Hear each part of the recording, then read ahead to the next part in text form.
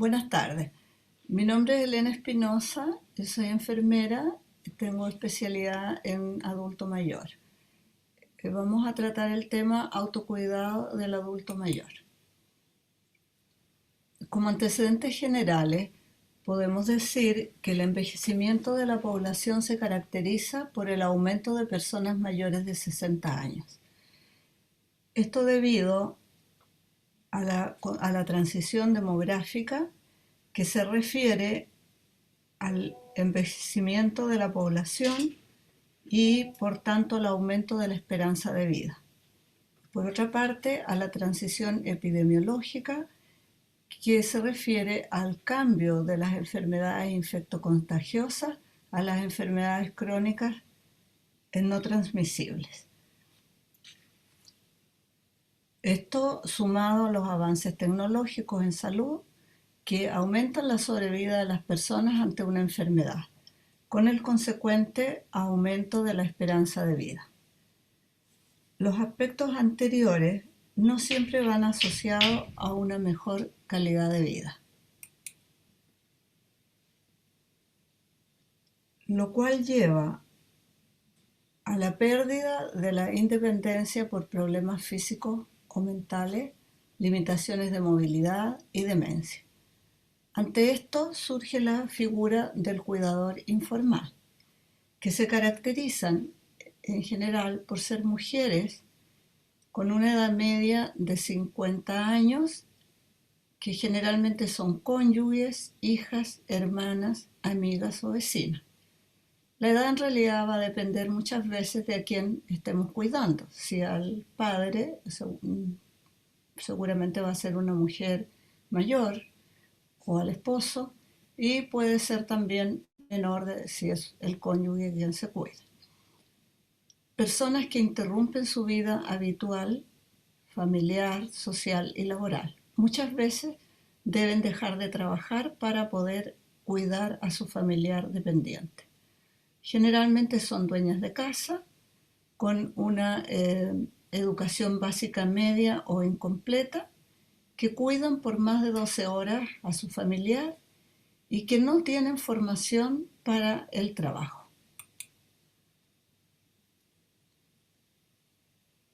De esta situación aparece el concepto de sobrecarga del cuidador, que es el estado resultante de la acción de cuidar a una persona dependiente que amenaza la salud física y mental del cuidador. Esta es la definición de Sarit. También se produce un profundo desgaste emocional y físico que muchas veces en la literatura aparece como el síndrome de Burnout, que es similar a sentirse quemado, desgastado, muy agotado. ¿Cómo identificar el síndrome de sobrecarga? Generalmente las personas empiezan a sufrir un aislamiento progresivo, ya sea porque ellos empiezan a centrarse en sí mismos o también porque los familiares a veces no quieren interrumpirlas en sus labores de cuidado, pero finalmente se traduce a que están muy solas. También sienten desmotivación, pierden el interés por actividades que muchas veces realizaban. Tienen sentimientos de angustia, de ansiedad, lo que finalmente puede llevar a una profunda depresión. Tienen características de agotamiento permanente o fatiga crónica. Se sienten más irritables de lo habitual o con una respuesta exagerada frente a situaciones que no la ameritan. También a veces tienen una actitud negativa hacia el adulto mayor dependiente, pudiendo llegar hasta el maltrato, la hostilidad o simplemente culparlos por la situación en que ellos se encuentran inmersos. También presentan alteraciones del sueño, insomnio, pesadillas, un sueño no reparador. En el aspecto de alimentación pueden tener falta de apetito o pueden empezar a alimentarse en exceso, prácticamente por angustia más que por necesidad o por apetito. También presentan un descuido en su salud en general. Dejan de asistir a sus controles médicos porque no tienen tiempo o porque no se organizan y empiezan también a automedicarse. Relacionado con lo anterior, que no van a los controles, que no tienen sus medicamentos y empiezan a compartir a veces indicaciones de algún vecino, de algún familiar y toman medicamentos por su cuenta.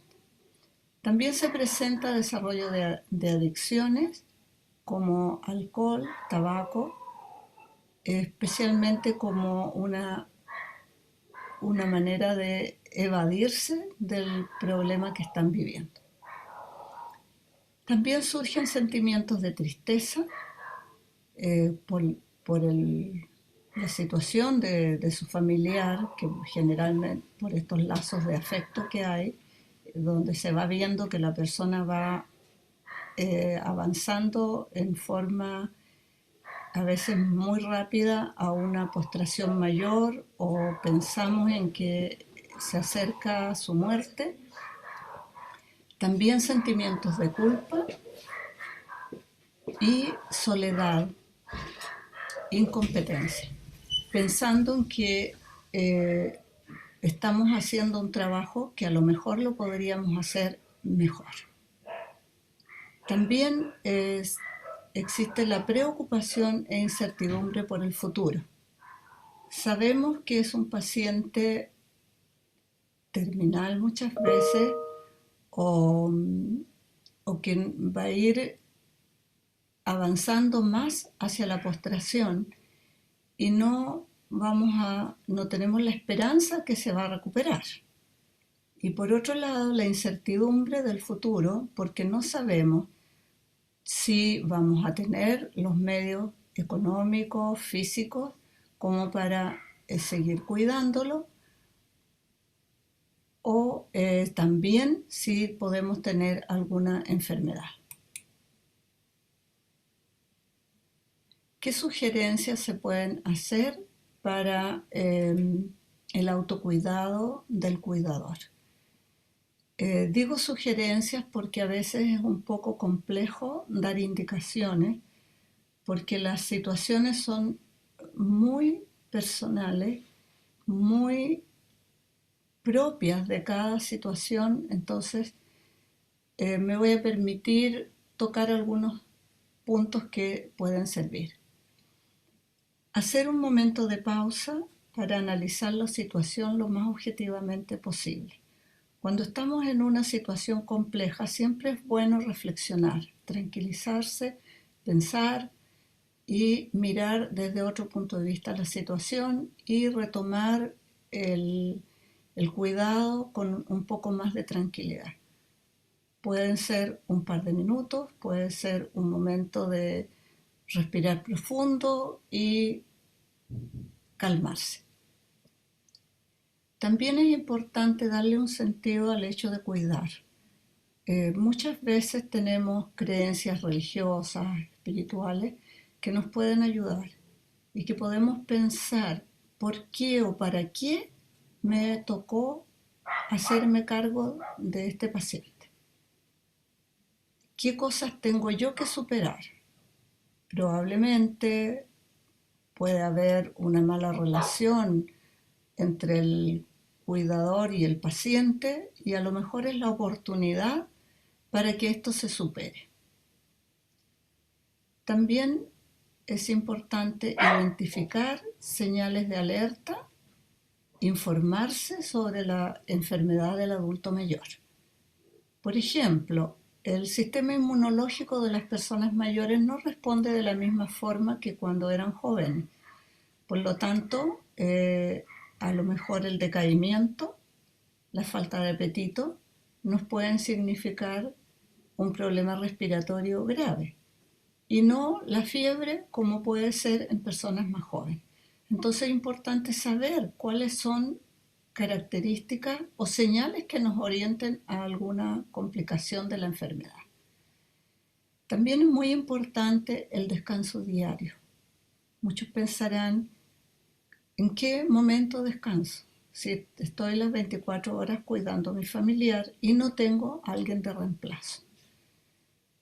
Pero siempre hay instantes en que el paciente duerme, en que el paciente está tranquilo y que nosotros podemos tener un espacio cercano que nos permita visibilizar al paciente y sentarnos, dormir un rato, poder tomar algún alimento, de algún modo descansar.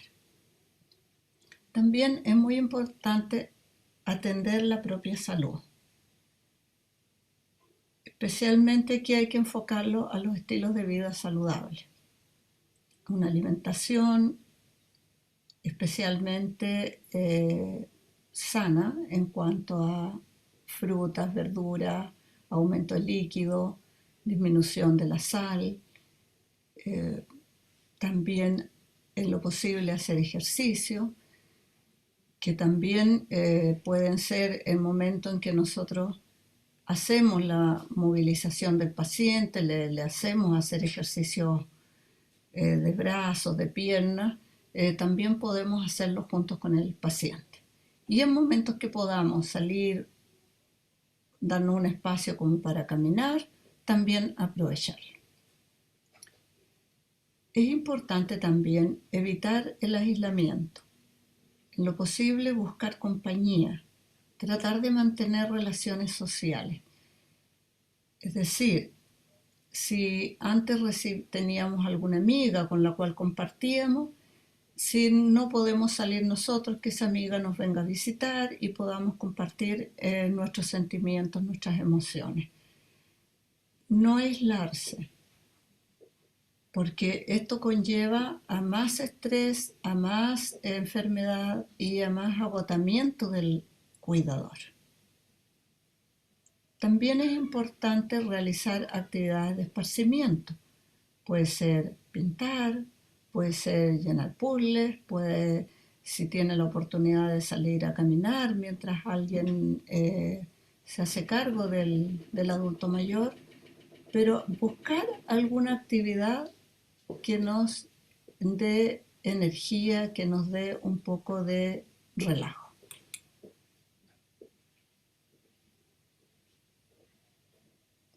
También es importante cultivar una actitud positiva. A veces es difícil en momentos de mucha angustia o de mucha sobrecarga pensar en forma positiva. Pero la verdad es que hay que buscar esas alternativas. Hay que buscar la forma de darle una mirada distinta a la situación y ir pensando por qué nos está ocurriendo esto y qué enseñanza o qué actitud es la más adecuada. También es muy importante tener espacios de respiro. En otros países existen sistemas de salud en que dan a los familiares, le asignan un funcionario de reemplazo que vaya 2 horas a la casa del adulto mayor y se haga cargo mientras el cuidador pueda salir a hacer alguna actividad o simplemente descansar. También dentro de la familia se pueden organizar que algún familiar, algún amigo, algún vecino pueda reemplazar unas horas al día o una tarde o una vez a la semana para que el cuidador pueda tomar estos espacios de respiro. También es muy importante comunicar sus sentimientos, sus emociones, sus temores. Si en un momento estamos tristes, hay que manifestarlo. Si tienen rabia, si tienen malestar hacia el propio paciente, hacia la familia, conversarlo con alguien de confianza, decir cómo me siento. A veces solamente el conversar ayuda un poco a relajar la situación y también nos da luces de qué podemos ir, qué acciones podemos tomar. También los temores que nos asisten respecto al futuro del paciente, respecto a nuestra propia salud, respecto a no tener los recursos económicos como para poder seguir con el cuidado del paciente, son importantes de conversar. Solicitar ayuda en diferentes ámbitos. Por ejemplo, dentro de la familia, dentro del círculo más inmediato, siempre habrá alguien que pueda colaborar. También hay organizaciones comunitarias, hay grupos de la comunidad que puedan colaborar y también dentro de los CEFAM o establecimientos de salud. Aprender a delegar cuidados. De repente pensamos que la única persona que puede hacer las cosas bien vamos a ser nosotros. Pero hay cosas pequeñas, de menos importancia, que un nieto a lo mejor puede ayudar. Si el paciente no tiene problemas de deglución, a lo mejor un niño le puede dar un jugo, le puede dar un postre, una colación, y son minutos en que el cuidador principal puede hacer otra cosa. Los cambios de posición también los puede hacer otra persona. A lo mejor una persona con una contextura física mayor, que tenga más fuerza, que nos evite la sobrecarga física a nosotros. Integrar grupos de apoyo. Dentro de los pacientes con dependencia, hay muchos pacientes con demencias, con enfermedades renales o de otro tipo, que en la comunidad a veces existen grupos que nos puedan apoyar o que podamos nosotros asistir a reuniones y tener capacitación o tener conversaciones o terapias, porque muchas veces en estos grupos invitan psicólogos, asistente social, nutricionista, enfermera, kinesiólogo, de tal manera que puedan ayudarnos a sobrellevar este cuidado. Buscar ayuda profesional. Siempre hay cosas que nosotros no vamos a saber, porque ya lo dijimos que la característica principal es que este cuidador no tiene formación profesional, no tiene formación en salud. Entonces, en el CEFAM van a existir los profesionales, los técnicos, que puedan colaborar. También técnicas de relajación, de meditación, de oración, nos pueden ayudar. Esto es muy importante porque la gente que es creyente siempre va a tener mayor facilidad para darle un sentido a la situación en que está viviendo. Y a lo mejor la oración le va a ayudar mucho. Otras personas pueden hacer técnicas de relajación, de respiración profunda, algunos ejercicios y también se van a sentir mejor. Pero el punto más importante, quizás para el cuidador informal o familiar, como también se llama, es la capacitación. Y ese es un motivo por el cual estamos desarrollando este tema. En la medida que nosotros sepamos a qué nos estamos enfrentando, va a ser mucho más fácil vivir esta situación de mejor manera. Si sabemos los aspectos de la enfermedad, si sabemos técnicas de movilización del paciente, si sabemos cómo hacer la prevención de úlceras por presión, cómo hacerle ejercicios pasivos si el paciente no puede colaborar para evitar la mayor postración. Y también este mismo tema de autocuidado del cuidador, desarrollarlo más, comprender que hay muchos aspectos que nosotros podemos aprender a manejar y que tenemos los recursos, a lo mejor dentro de nuestra propia comunidad o dentro de algún grupo de apoyo o dentro del CEFAM, para aprender sobre el tema que nos preocupa.